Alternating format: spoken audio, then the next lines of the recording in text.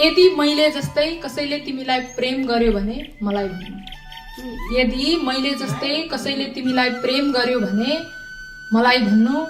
उसको प्रत्येक स्पन्दनमा तिम्रै नाम पर्यो भने मलाई भन्नु। यदि मैले जस्तै कसैले तिम्रो नामलाई आफ्नो साससँग गाँस्यो भने मलाई भन्नु। निन्द्रा अघि प्रार्थना झैं तिम्रै तस्बिर छातीमा टाँस्यो भने मलाई भन्नु। प्रेम त धेरैले गर्छन् तिमीलाई किनकि तिमी छौ नै यति मायालु।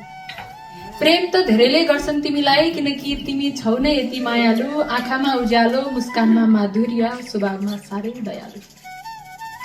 तर सुन, प्रेम केवल शब्द होइन, यो आत्माको अनन्त प्रतिज्ञा हो।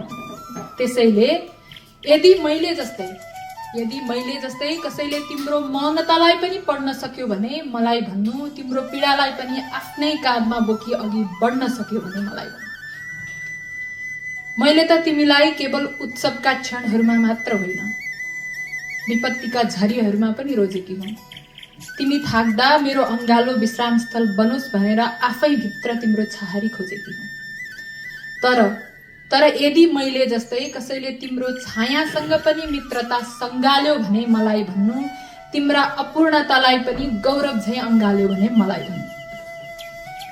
किनकि मैले त तिमीलाई पूर्णतामा होइन, अपूर्णताको सौन्दर्यमा प्रेम गरेकी हुँ।